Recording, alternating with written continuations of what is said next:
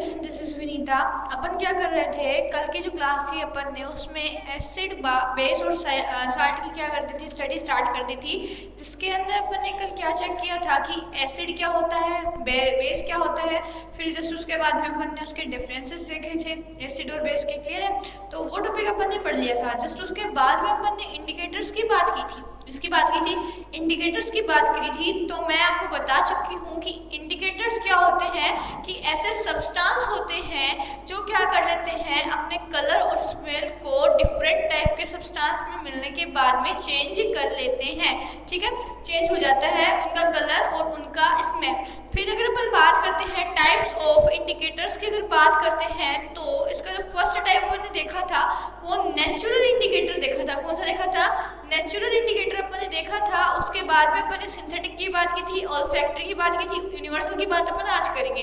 तो नेचुरल की जब अपन ने बात करी थी तो मैंने आपको बताया था कि जो नेचुरल इंडिकेटर होता है वो दो टाइप से बताया था। फर्स्ट बताया था मैंने लिटमस को, ठीक है, एंड सेकंड मैंने कौन सा बताया था आपको, जैसे लिटमस की अगर अपन बात करते हैं तो लिटमस क्या होता है, एक प्लांट से प्रोवाइड होता है।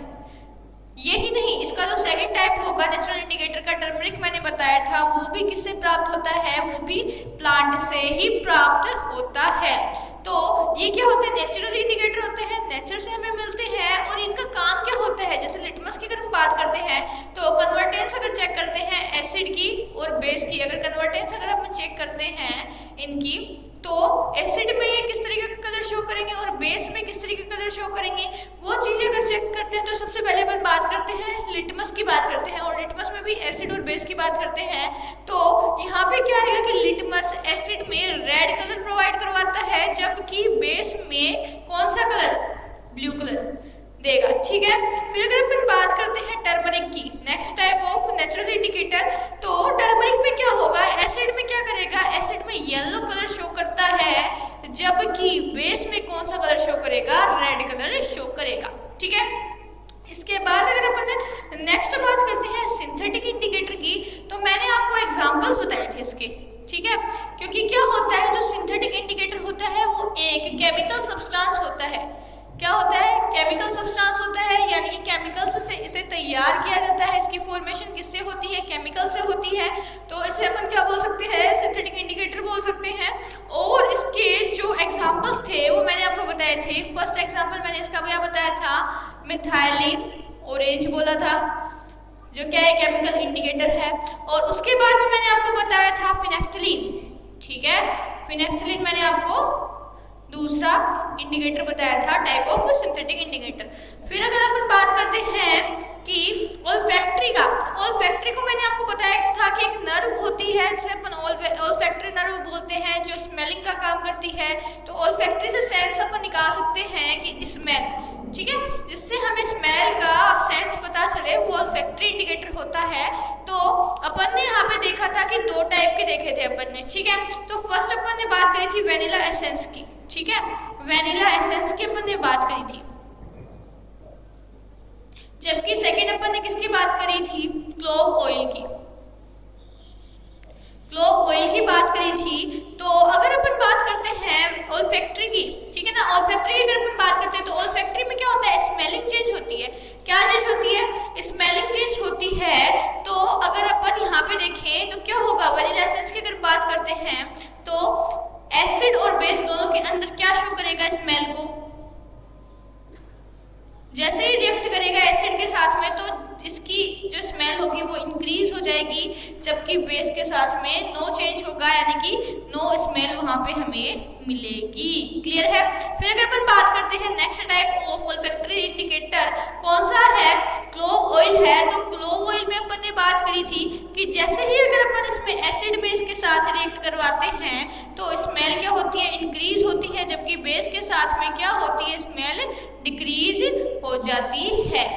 ठीक है, ये यहाँ तक अपन क्या कर चुके थे, बात कर चुके थे। हमारी प्रीवियस क्लास में हमने ये चीज़ देखी थी, जो हमारी प्रीवियस क्लास थी उसके अंदर हमने यहाँ तक की बात कर ली थी, ऑल्फैक्टरी इंडिकेटर तक। ठीक है, नेक्स्ट टॉपिक आज हमारा कौन सा होगा, यूनिवर्सल इंडिकेटर। क्लियर है? तो यूनिवर्सल इंडिकेटर क्या होता है, अब इसकी बात करते हैं। ठीक है।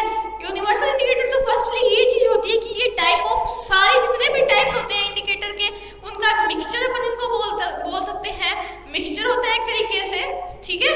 तो टॉपिक आज का होगा अपना यूनिवर्सल इंडिकेटर।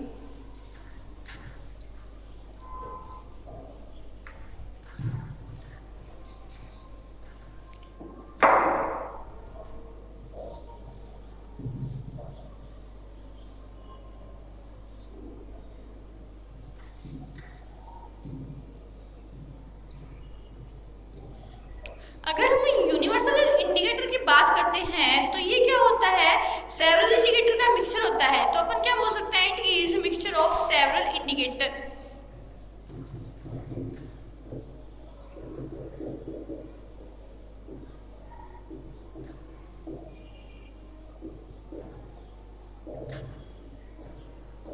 ठीक है। तो ये जो इंडिकेटर होता है वो बहुत से इंडिकेटर का मिक्सचर अपन बोल सकते हैं यूनिवर्सल इंडिकेटर को। फिर अगर अपन इसमें बात करते हैं आगे तो ये क्या करता है, डिफरेंट कलर शो करता है किसके साथ में, नॉर्मली H+ आयन की बात करेंगे यहाँ पे तो अपन बोल सकते हैं it show different colours at different concentration. It shows different colours, different colour show करेगा।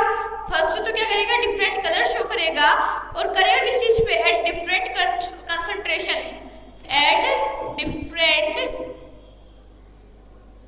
कंसंट्रेशन ऑफ, किसकी कंसंट्रेशन पे, H+ आयन की कंसंट्रेशन पे, जो कहाँ प्रेजेंट है, in the solution, in the solution में प्रेजेंट है। क्लियर है। तो अपन बात कर रहे हैं यूनिवर्सल इंडिकेटर की। तो यूनिवर्सल इंडिकेटर क्या होता है, पहली बात तो मिक्सचर, सेवरल इंडिकेटर का क्या होता है, मिक्सचर होता है यूनिवर्सल इंडिकेटर, ठीक है। फिर अगर अपन बात करते हैं ये क्या काम करेगा, किस तरीके से काम करेगा, तो ये क्या करता है, डिफरेंट कलर शो करता है और अलग अलग कंसंट्रेशन पे, H+ आयन की कंसंट्रेशन पे जो सॉल्यूशन के अंदर प्रेजेंट है। मानिए अपन इसके डायग्राम से समझ सकते हैं, जैसे अगर अपन pH स्केल की बात करते हैं, ठीक है। यूनिवर्सल इंडिकेटर क्या होता है, pH स्केल की अगर अपन बात करते हैं तो वो कुछ इस तरीके से हमें दिखाई पड़ती है, ठीक है। कुछ इस तरीके से नंबरिंग दी जाती है उस पे। तो इसके अंदर होता क्या है, ये जो pH स्केल होती है इसके अंदर होता क्या है, इधर 0 से लेके अपन बात करते हैं 7 तक की डिजिट की, 0 to 7, तब कौन सा मीडियम हमें दिखाई देता है, यहाँ पे एसिडिक मीडियम इंक्रीज होता हुआ दिखाई देता है। किस उसमें जाएगा, ये इस डायरेक्शन में जाएगा और क्या करेगा, एसिडिक मीडियम को इंक्रीज करेगा, यानी कि एसिडिक नेचर जो होगा वो इंक्रीज होगा यहाँ पे। जैसे ही क्या होगा, 7 to 14 की तरफ ये डायरेक्शन में जाएगा, वैसे ही क्या होगा, बेसिक नेचर इंक्रीज होगा, ठीक है। सॉल्यूशन का बेसिक नेचर इंक्रीज होगा, क्लियर है। और एट द पॉइंट, कौन से पॉइंट पे, 7 के ऊपर, जैसे ही 7 के पॉइंट पे कोई सॉल्यूशन pH शो करता है तो वो सॉल्यूशन होगा न्यूट्रल, क्लियर है। वो सॉल्यूशन कौन सा होगा, न्यूट्रल सॉल्यूशन होगा। अब एसिडिक नेचर की अगर बात करते हैं तो अगर हम रिवर्स आ रहे हैं, किधर से 7 से 0 की तरफ अगर हम आ रहे हैं तो एसिडिक नेचर तो इंक्रीज होगा ही होगा, एसिडिक नेचर तो इंक्रीज होगा ही होगा। इसके साथ में इंक्रीज क्या होगे, क्या चीज इंक्रीज होगी, यहाँ पे H+ आयन की बात कर रहे हैं हम, ठीक है। तो यहाँ पे क्या होगा, इंक्रीज इन H+ कंसंट्रेशन, ठीक है। तो क्या होगा, एसिडिक मीडियम में क्या होता है, जैसे एसिडिक मीडियम इंक्रीज हुआ है, बोले अपन कि एसिडिक मीडियम क्या हुआ है, इंक्रीज हुआ है, वैसे ही क्या हुआ है, H+ आयन भी इंक्रीज हुआ है। फिर नेक्स्ट बात करते हैं हम बेसिक नेचर की, ठीक है। तो बेसिक की अगर अपन बात करते हैं तो पहले तो बात करें अपन 7 to 14 जाएंगे तो क्या होगा, बेसिक नेचर इंक्रीज होगा। लेकिन यहाँ पे क्या होगा, जो H+ आयन है उनका क्या होगा, डिक्रीजमेंट होगा, किसका, H+ आयन का डिक्रीजमेंट होगा कंसंट्रेशन का, H+ आयन की जो कंसंट्रेशन है उसका क्या होगा, यहाँ पे डिक्रीजमेंट होगा, समझ गए। और क्या होता है, pH को हम शो करते हैं इस तरीके से, इस तरीके की शाइन से शो करते हैं। P का मतलब क्या होता है, पावर, ठीक है ना। और पावर किसकी, H+ आयंस की पावर, क्लियर है। तो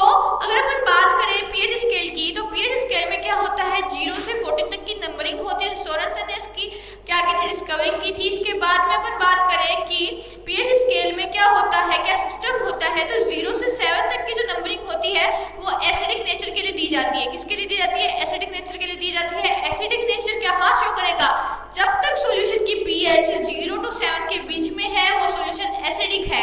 जैसे ही 7 पे आया सॉल्यूशन वैसे ही सॉल्यूशन न्यूट्रल हो गया, और जैसे ही किसी सॉल्यूशन की पीएच 7 to 14 चली गई वैसे ही क्या हो गया है, पीएच बेसिक हो गई है। और क्या हो रहा है, पीएच अगर बेसिक की तरफ बढ़ रही है, इस डायरेक्शन में बढ़ रही है, तो क्या होगा, H+ आयन की क्या होगी, डिक्रीजमेंट होगा, क्योंकि H+ आयन क्या करते हैं, एसिडिक नेचर को स्ट्रॉन्ग करते हैं। क्लियर है? याद हो मैंने आपको बताया था कि एसिड जो होता है वो एक्वस सॉल्यूशन में H+ आयन देता है। ठीक है, तो जहां H+ आयन मिलेंगे वहां पे कौन सा एसिड का जो नेचर होगा वो स्ट्रॉन्ग होगा, जबकि बेसिक का नेचर कम होगा, क्योंकि बेस जो होता है वो एक्वस आयन में या फिर जो कंसंट्रेशन होती है वो OH नेगेटिव शो करता है। ठीक है, तो यहाँ पे H+ आयन की बात कर रहे हैं, तो बेसिक नेचर जैसे ही क्या होगा, इंक्रीज होगा, वैसे ही H+ आयन की जो कंसंट्रेशन है वो डिक्रीज होगी। क्लियर है? तो ये है अपनी क्या पीएच स्केल हम इसे बोल सकते हैं, और ये क्या इंडिकेट करती है, यूनिवर्सल इंडिकेटर का काम करती है। और हम यहाँ पे क्या कर सकते हैं, काफी सारे सॉल्यूशंस की क्या कर चेक कर सकते हैं, पीएच हम यहाँ पे उसकी चेक कर सकते हैं। ठीक है, तो ये यूनिवर्सल इंडिकेटर होता है। अगर अपन बात करते हैं हमारी डेली लाइफ में, ठीक है ना, जो डेली लाइफ एवरीडे लाइफ होती है उसके अंदर पीएच का क्या यूज होता है, या फिर क्या अपन बोल सकते हैं उसका इंपॉर्टेंस होती है, तो देखते हैं अपन इंपॉर्टेंस क्या है वो चेक करते हैं। Importance of pH in our daily life वो चेक करते हैं।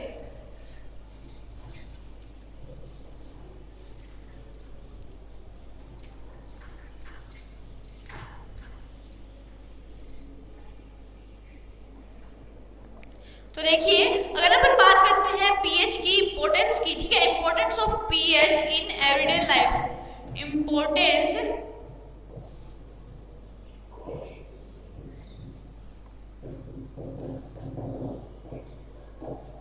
In everyday life.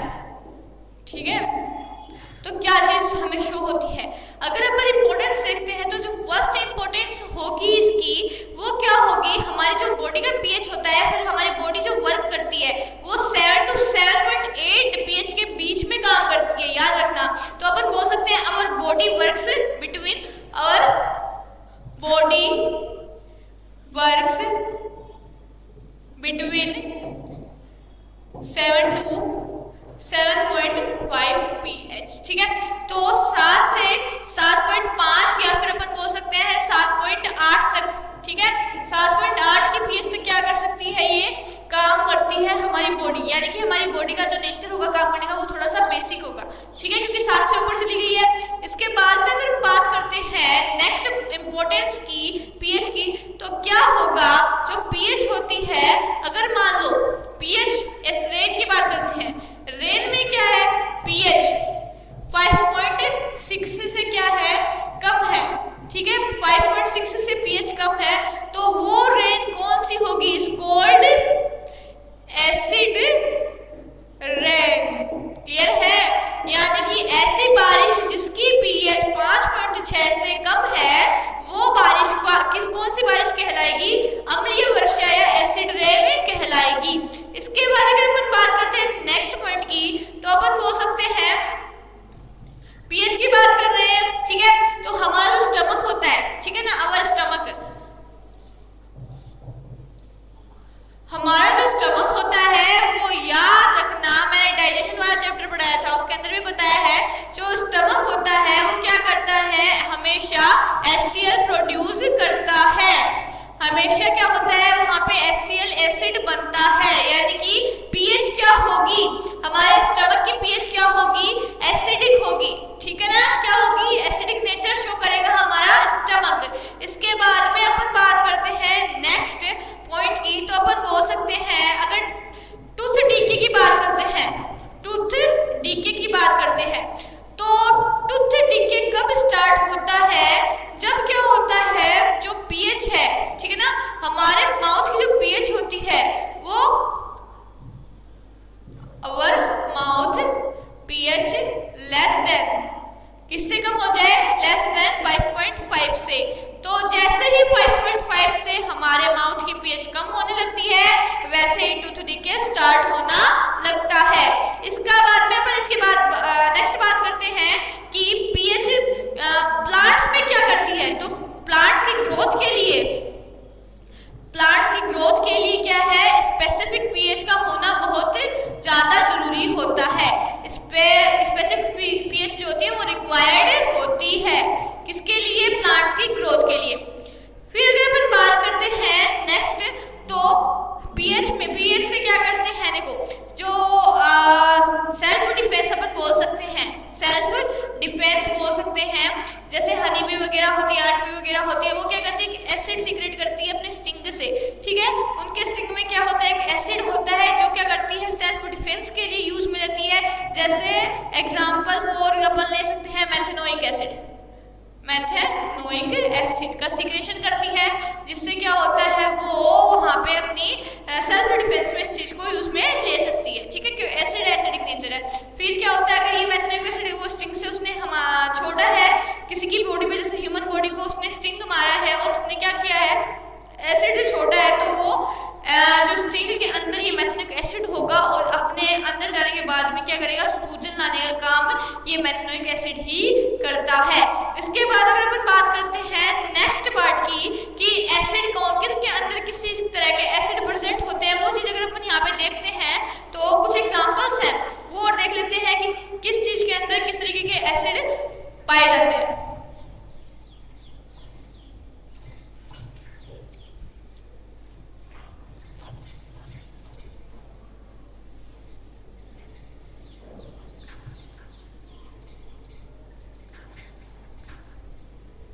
देखो जैसे अपन बात कर रहे हैं कि किसमें कौन सा क्या प्रेजेंट होता है, एसिड प्रेजेंट होता है, तो फर्स्ट अपन एंड बी की ही बात कर लेते हैं। जो एंड बी होती है उसके अंदर फॉर्मिक एसिड प्रेजेंट होता है, ठीक है। कौन सा एसिड प्रेजेंट होता है, फॉर्मिक एसिड प्रेजेंट होता है। इसके बाद अगर अपन बात करते हैं विनेगर की, ठीक है ना, विनेगर की बात करते हैं जो एक इंडिकेटर है, ठीक है, एक इंडिकेटर है विनेगर, और क्या शो करता है, उसके अंदर एसिटिक एसिड प्रेजेंट होता है। नेक्स्ट अगर अपन बात करते हैं इसके बाद में एप्पल की, तो एप्पल के अंदर कौन सा एसिड प्रेजेंट होता है, मैलिक एसिड प्रेजेंट होता है, ठीक है, कि एप्पल में कौन सा एसिड प्रेजेंट है, मैलिक एसिड प्रेजेंट है। अगर अपन टी की बात करते हैं तो उसमें टैनिक एसिड प्रेजेंट होता है। फिर अपन फिफ्थ टाइप देखते हैं लेमन या फिर ऑरेंज का, ठीक है ना, दोनों ही क्या है, लेमन और ऑरेंज, इनको सिट्रस फ्रूट भी बोला जाता है। लेमन और ऑरेंज को क्या बोला जाता है, सिट्रस फ्रूट यानी खट्टे फल। तो इसमें कौन सा एसिड प्रेजेंट है, सिट्रिक एसिड प्रेजेंट है। इसके बाद अपन नेक्स्ट टाइप देखते हैं टर्मरिक की, ठीक है। तो टर्मरिक की अगर अपन बात करते हैं तो टर्मरिक में कौन सा एसिड प्रेजेंट होता है, मेनली टार्टरिक एसिड, ठीक है, टार्टरिक एसिड वहाँ पे प्रेजेंट होता है। फिर अगर अपन इसके बाद में बात करते हैं टोमेटो की, ठीक है, टोमेटो की अगर अपन बात करते हैं तो टोमेटो में ऑक्सैलिक एसिड प्रेजेंट होता है, क्लियर है। टोमेटो में कौन सा एसिड प्रेजेंट होता है, ऑक्सैलिक एसिड प्रेजेंट होता है। अभी मैंने आपको थोड़ी देर पहले बोला कि जो आंट का स्टिंग होता है, उस स्टिंग में कौन सा एसिड प्रेजेंट होता है, मैथेनोइक एसिड प्रेजेंट होता है, मैथेनोइक एसिड वहां पे प्रेजेंट होता है। आंट स्टिंग की बात की अपन ने, और फेमस एग्जांपल है कर्ड के लिए। कर्ड की अगर अपन बात करते हैं, फिर इसे बोल सकते हो आप मिल्क प्रोडक्ट, ठीक है। तो इसके अंदर क्या प्रेजेंट होता है, इसके अंदर सभी को पता है कौन सा एसिड यहाँ पे प्रेजेंट होगा। फेमस एग्जांपल है इसका लैक्टिक एसिड प्रेजेंट होगा, ठीक है, लैक्टिक एसिड यहाँ पे प्रेजेंट होगा। और एक चीज और कि टूथ इनेमल जो होता है, अभी अपन टूथ डिक्की की बात कर रहे थे, तो जो टूथ इनेमल होता है, यानी इनेमल क्या चीज होती है, जो एक लेयर प्रेजेंट होती है हमारे दांतों के ऊपर, उसे इनेमल कहा जाता है, जो किससे बनी हुई होती है, कैल्शियम फॉस्फेट से बनी हुई होती है। यानी कि जब टूथ डीके स्टार्ट होगा तब कैल्शियम फॉस्फेट की लेयर जो होती है वो टूटना स्टार्ट हो जाती है एसिडिक मीडियम के कारण, ठीक है, क्योंकि एसिडिक मीडियम चला जाता है, बेसिक नेचर उसका कम होने लग जाएगा, तो वहाँ पे ये चीज देखिए स्टार्ट हो जाएगा। तो ये कुछ एग्जांपल्स थे। जैसे कर्ड है, तो कर्ड के अंदर क्या प्रेजेंट होता है, लैक्टिक एसिड प्रेजेंट होता है। सेकंड आंट बी है, फॉर्मिक एसिड प्रेजेंट होता है। थर्ड विनेगर है, एसिडिक एसिड प्रेजेंट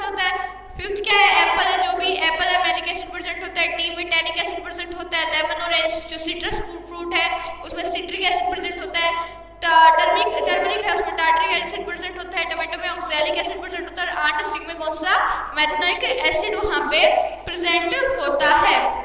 इसके बाद में अपन चलते हैं नेक्स्ट पॉइंट पे। तो अपन ने इंडिकेटर का कंप्लीट कर लिया है, एग्जांपल्स अपन ने चेक कर लिए हैं, यूजेस अपन ने देख लिए हैं। इसके बाद अगर अपन नेक्स्ट पार्ट पे चलते हैं हमारे, तो एसिड बेस का काम कंप्लीट हो चुका है। साल्ट की अपन बात करते हैं, ठीक है, साल्ट की बात करते हैं। तो साल्ट होता क्या है वो चेक करते हैं।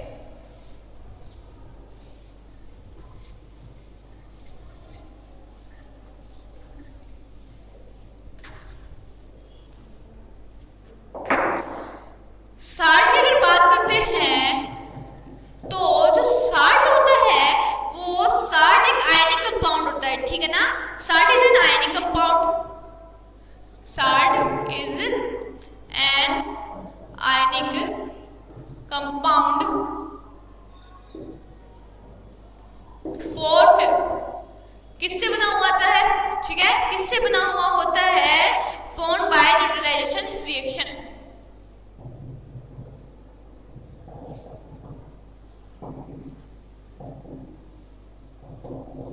ठीक है, तो साल्ट जो होगा वो क्या होगा, एक आयनिक कंपाउंड होगा, ठीक है ना, आयनिक कंपाउंड होगा। और वो आयनिक कंपाउंड भी हम चेक करेंगे किस तरीके से होगा, और बना हुआ किस चीज से होगा, न्यूट्रलाइजेशन रिएक्शन के थ्रू वो क्या होगा, फॉर्म होगा।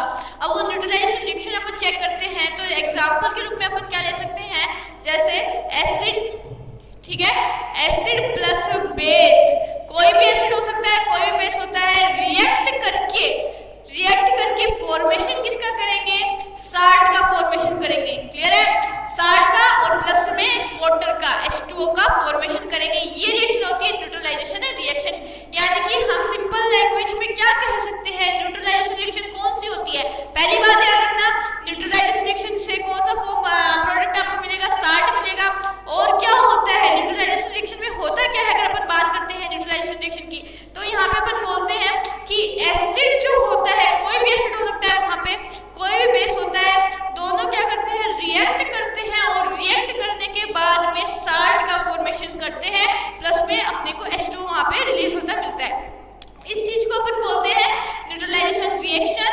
और ये क्या बनता है, एक आयनिक कंपाउंड का फॉर्मेशन होता है यहाँ पे, किसके अंदर, साल्ट के अंदर होता है, ठीक है। अब कुछ केमिकल अपन नॉर्मली बोलते हैं कि सोल्ट, तो कुछ केमिकल फॉर्म्स अपन देख सकते हैं, कुछ केमिकल फॉर्म्स है, केमिकल फॉर्म्स ऑफ साल्ट्स, वो साल्ट्स है कौन कौन से अपन चेक करते हैं, ठीक है। अपन सबसे पहले बात करते हैं first form of sodium hydroxide.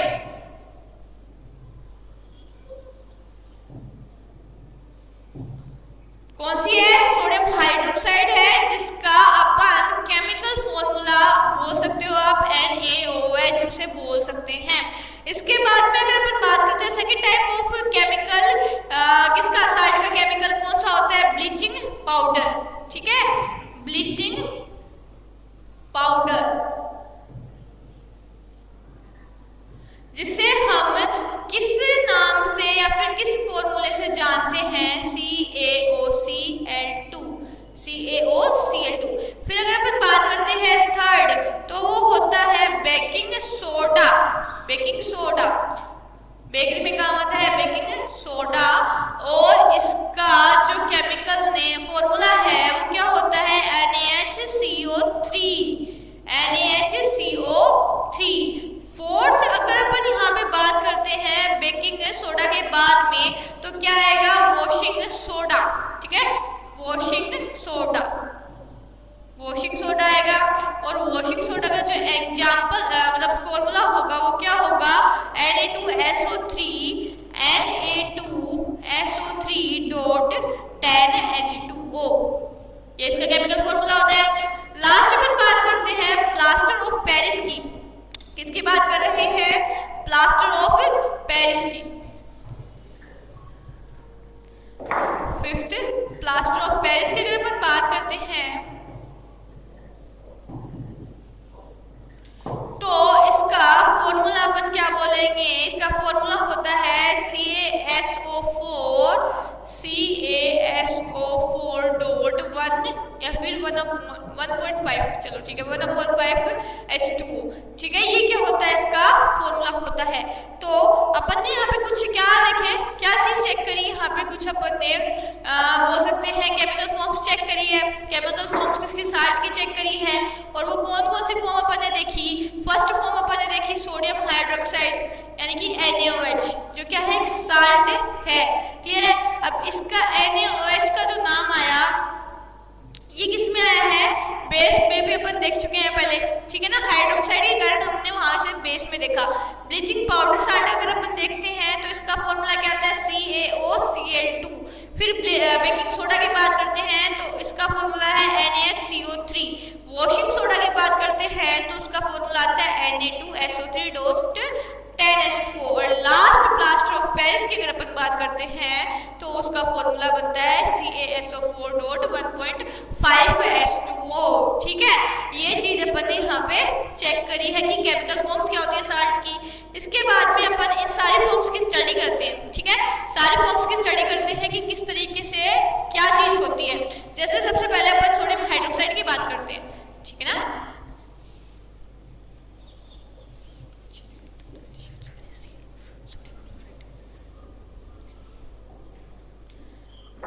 तो देखो अपन सबसे पहले बात करते हैं तो यहाँ पे क्या होता है, देखो मेनली क्या होता है, NaCl होता है, NaCl होता है, ठीक है ना।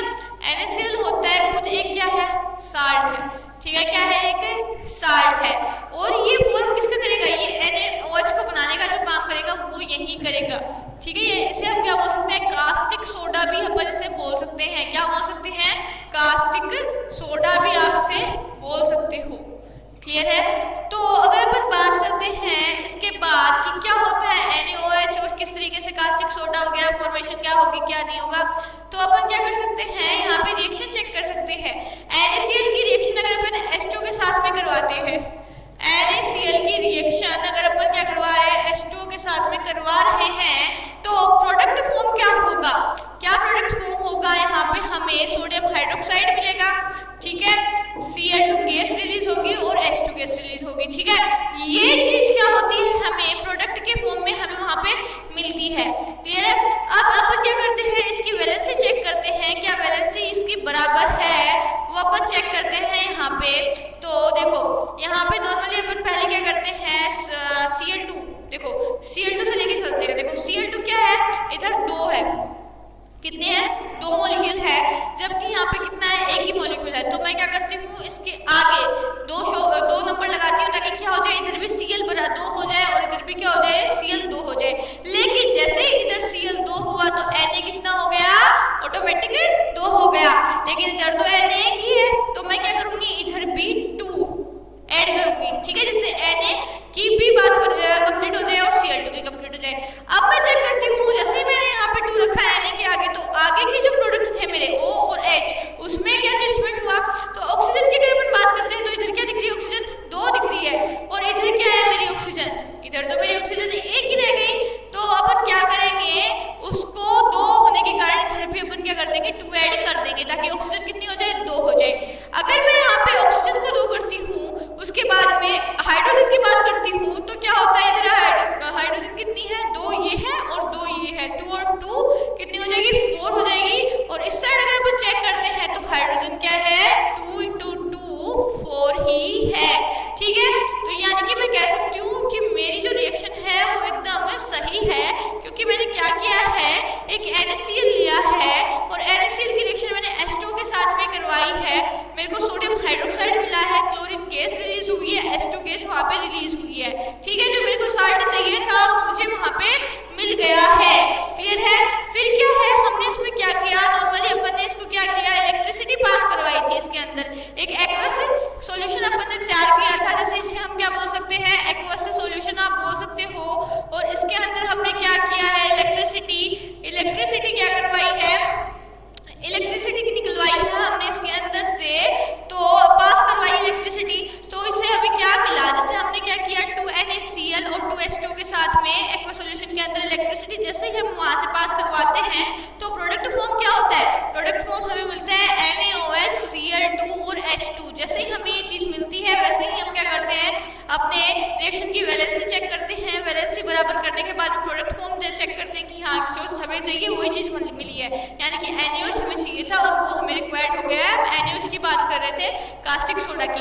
मैंने NaCl इसलिए लिया, NaOH के कारण NaCl लिया क्योंकि NaCl से ही NaOH वहाँ पे हमें मिलेगा, क्योंकि NaCl क्या करेगा, H2 के साथ में रिएक्ट करेगा और प्रोडक्ट फॉर्म करेगा NaOH। क्लियर है, ये कहते हैं हम सोडियम हाइड्रोक्साइड। अब अगर अपन बात करते हैं यूजेज ऑफ सोडियम हाइड्रोक्साइड के यूजेस क्या होंगे, किस चीज में क्या होता है, यूज होता है सोडियम हाइड्रोक्साइड। तो सबसे पहले तो सोडियम हाइड्रोक्स का किस में यूज होता है, मेक्स सोप एंड डिटर्जेंट। तो इसका फर्स्ट जो यूज होगा वो सोप और डिटर्जेंट को बनाने के लिए यूज होगा। सेकंड अगर अपन बात करते हैं इसके यूज की, तो पेपर मैन्युफैक्चरिंग में इसका काफी यूज होता है, ठीक है ना। पेपर मैन्युफैक्चरिंग होती है, उसके अंदर क्या होता है, इसका काफी यूज किया जाता है किसका, सोडियम हाइड्रोक्साइड का। और साथ ही इसका नेक्स्ट यूज किया जाता है ऑयल रिफाइनिंग में भी। रिफाइनिंग में भी क्या किया जाता है, इसका काफी यूज किया जाता है। देखो NaOH होता है, सोडियम हाइड्रोक्साइड होता है, एक केमिकल फॉर्म में बोल सकते हो या फिर साल्टी फॉर्म बोल सकते हो आप।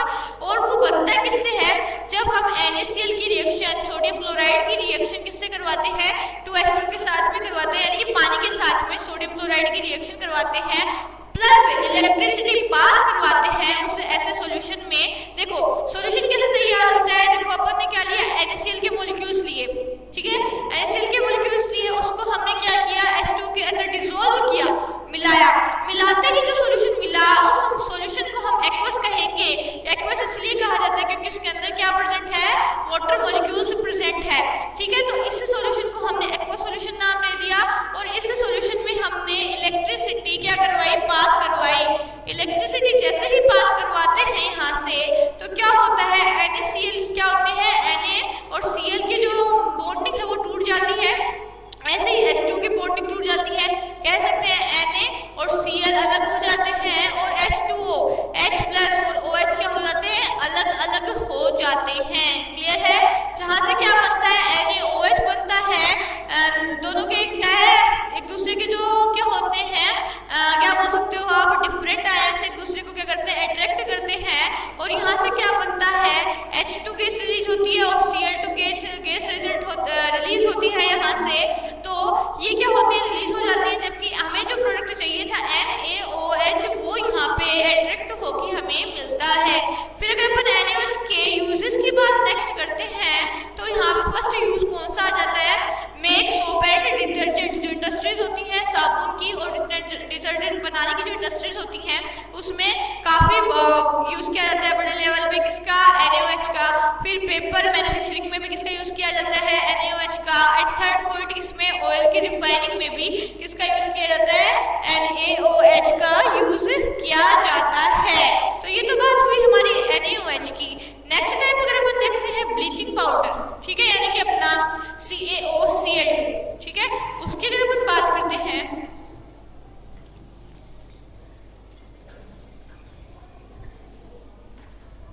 देखो ब्लीचिंग पाउडर की अगर अपन बात करते हैं या फिर CaOCl2 की अगर अपन बात करते हैं, तो क्या चीज किस तरीके से बनती है वहां पे, तो अपन क्या करते हैं, कैल्शियम हाइड्रोक्साइड जो होता है, कैल्शियम हाइड्रोक्साइड की रिएक्शन बोल सकते हो आप, या फिर उसमें पास करवा सकते हो। Cl2 जो गैस होती है, ड्राई जो Cl2 गैस होती है, उसको हम क्या करवाते हैं, कैल्शियम हाइड्रोक्साइड में क्या करवाते हैं, पास करवाते हैं। और उससे जो प्रोडक्ट फॉर्म होता है, वो प्रोडक्ट बनता है हमारा ब्लीचिंग पाउडर, यानी कि CaOCl2, ठीक है। ये चीज हमें यहाँ पे हमारी बनती है और क्या वाटर मॉलिक्यूल प्लस में रिलीज होता है, ठीक है। हमें क्या चाहिए, हमें चाहिए कैल्शियम, ब्लीचिंग पाउडर अपना कौन सा, CaOCl2 यही चाहिए हमें। हमने क्या करवाया, कैल्शियम हाइड्रोक्साइड की रिएक्शन करवाई Cl2 के साथ में, और Cl2 ड्राई फॉर्म में है, और जैसे ही हमने उसको रिएक्ट करवाया तो प्रोडक्ट क्या बना, हमें हमारा CaOCl2 बना और H2 का मॉलिक्यूल वहां से रिलीज हो गया। अब अपन क्या करते हैं, इसका यूजेस की अगर अपन बात करते हैं, इसके यूजेस की, ब्लीचिंग पाउडर के यूजेस की अगर अपन बात करते हैं, तो फर्स्ट यूज इसका क्या आएगा, जो कॉटन वगैरह इंडस्ट्रीज होती हैं उसके अंदर क्या किया जाता है, इसका यूज किया जाता है। सेकेंड यूज अगर अपन देखते हैं ब्लीचिंग पाउडर का, तो वुड पल्प जो होता है, ठीक है ना, क्या होता है, वुड पल्प। वुड पल्प में क्या किया जाता है, या फिर आप बोल सकते हो इन पेपर फैक्ट्रीज, इन पेपर फैक्ट्रीज में भी इनका यूज काफी मात्रा में किया जाता है। इसके बाद में अपन थर्ड अगर इसकी बात करते हैं, तो जो भी हमारी रिएक्शंस होती हैं, ठीक है ना, केमिकल आप बोल सकते हो, केमिकल रिएक्शंस होती है, या फिर जो केमिकल प्रोडक्ट बनाने के लिए इंडस्ट्रीज होती है, उसके अंदर क्या करवाई जाती है, केमिकल रिएक्शंस करवाई जाती हैं। तो वहाँ पे भी क्या होता है, इनका किसका, ब्लीचिंग पाउडर का ऐसे क्या बोल सकते हो आप उसे, रिड्यूसिंग एजेंट के रूप में वहाँ पे उसका काम किया जाता है। तो जो ब्लीचिंग पाउडर होता है उसका फॉर्मेशन हमने चेक किया, रिएक्शन के थ्रू कैसे चेक किया कि CaOH होल्ड किया, हमने क्या करवाई, Cl2 के साथ में रिएक्शन करवाई, प्रोडक्ट फॉर्म हो गया है CaOCl2 प्लस H2 के मॉलिक्यूल वहाँ से रिलीज हो गए। हमें क्या चाहिए, हमें चाहिए CaOCl2, यही चाहिए। और इसके अगर अपन यूजेस चेक करते हैं, जो कॉटन के इंडस्ट्रीज में इसका यूज काफी मात्रा में किया जाता है। सेकेंड यूज इसका पेपर फैक्ट्री में किया जाता है, एंड लास्ट और थर्ड यूज इसका किस में किया जाता है, एज ए रिड्यूसिंग एजेंट किया जाता है। और कहाँ पे किया जाता है, जो केमिकल इंडस्ट्रीज होती हैं वहाँ पे इसका यूज किया जाता है। बाकी बचे अपने 3 टाइप, ठीक है ना, 3 टाइप बचे अपने किसके, अपन ने बात करी है साल्ट्स की, तो उसके अपने कौन से बचे हैं, 3 टाइप्स बचे हुए हैं, वो अपन क्या करेंगे अपनी नेक्स्ट क्लास के अंदर चेक करेंगे, ठीक है। Thank you.